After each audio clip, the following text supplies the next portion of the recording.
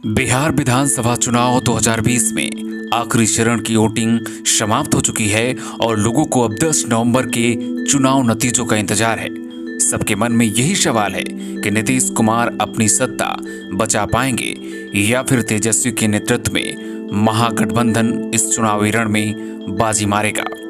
हालांकि 3 चरणों की वोटिंग खत्म होने के बाद एग्जिट पोल के जो आंकड़े सामने आ रहे हैं उसमें नीतीश कुमार अपनी सत्ता गंवा रहे हैं।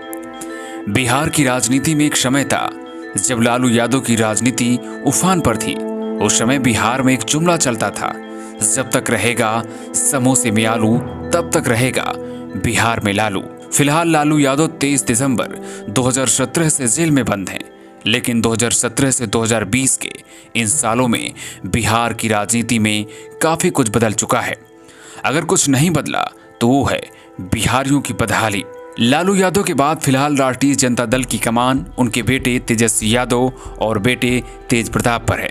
लेकिन क्या तेजस्वी यादव और तेज प्रताप लालू की राजनीति को रफ्तार दे पाएंगे? तेजस्वी यादव फिलहाल राघोपुर विधानसभा क्षेत्र से मैदान में हैं।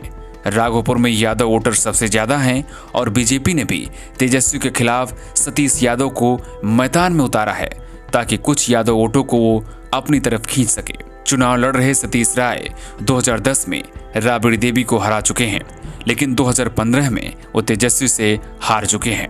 राघोपुर में यादव मतदाता 1.25 लाख के करीब हैं, तो वहीं राजपूत मतदाता करीब 40,000 के आसपास हैं।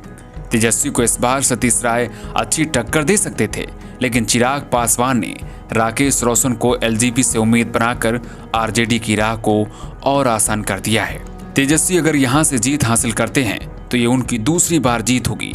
यहाँ से उनके पिता लालू प्रसाद यादव 1995 और 2002 में चुनाव जीत चुके हैं। 2005 में तेजस्वी की मां राबड़ी देवी भी यहाँ से विधायक रह चुकी हैं। तेजस्वी यादव की राजनीति में एंट्री 2017 में हुई थी, जब उनके पिता लालू प्रसाद यादव भ्रष्टाचार के मामले में दोषी ठहराए जा चुके थे और उन्हें चुनाव लड़ने से रोक दिया गया था। तेजस्वी यादव के लिए ये मौका था कि वो अपनी राजनीतिक पहचान पिता की राजनीतिक छाया से अलग बनाएं, और उनके हाल फिलहाल के राजनीतिक भाषणों को देखकर ऐसा लग भी रहा है। शुरुआत में तेजस्वी यादव के भाषण से लोग भले ही कनेक्ट नहीं हो रहे थे, लेकिन हाल के कुछ सालों में तेजस्वी यादव ने अपने आप को बेहतर किया है और उनके भाषणों में अब परिवर्तन भी आया है। जो कल तक मनुवाद और समानतावाद तक सीमित था, आज वो बेरोजगारी जैसे मुद्दों पर बात कर रहे हैं। अब तेजस्वी की जनसभाओं में भारी भीड़ जुट रही है। युवाओं की तादाद सबसे ज्यादा है। अब भीड़ भी पहले से कहीं ज्यादा उनके भाषणों को सुनती है। अब तेजस्वी यादव रोजगार, शिक्षा और स्वास्थ्य जैसी बातों पर चर्चा कर रहे हैं।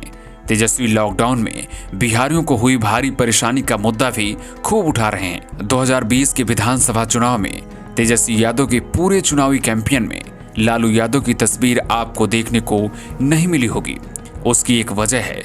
दरअसल तेजस्वी यादव के कैंपेन में लालू यादव की तस्वीर इसलिए नहीं प्रयोग की जाती क्योंकि एक बड़ा तबका यह मानता है कि लालू यादव की बहुत अच्छी तस्वीर नहीं रही।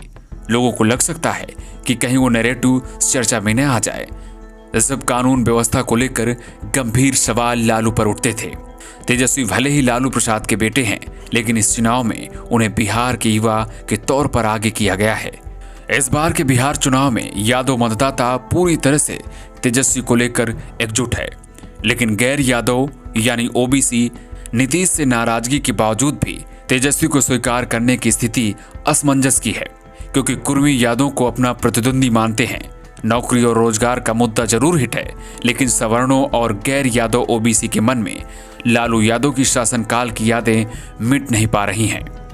आपको क्या लगता है, क्या तेजस्वी यादव इस बार बिहार में सरकार बनाएंगे या फिर नीतीश कुमार?